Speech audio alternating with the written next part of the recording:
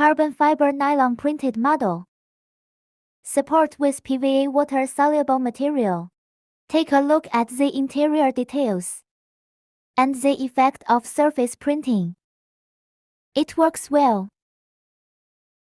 PVA needs to be dissolved in water between 30 degrees Celsius and 40 degrees Celsius. Next, we use the thermometer. Check the water temperature. The temperature is just right. Then we put the model in the water.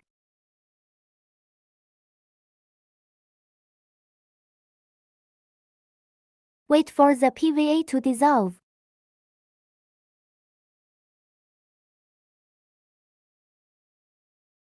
The PVA has softened.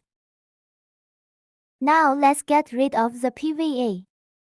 Let's look at the model that we just got rid of PVA. You need to wipe the water off. Take a look at the result.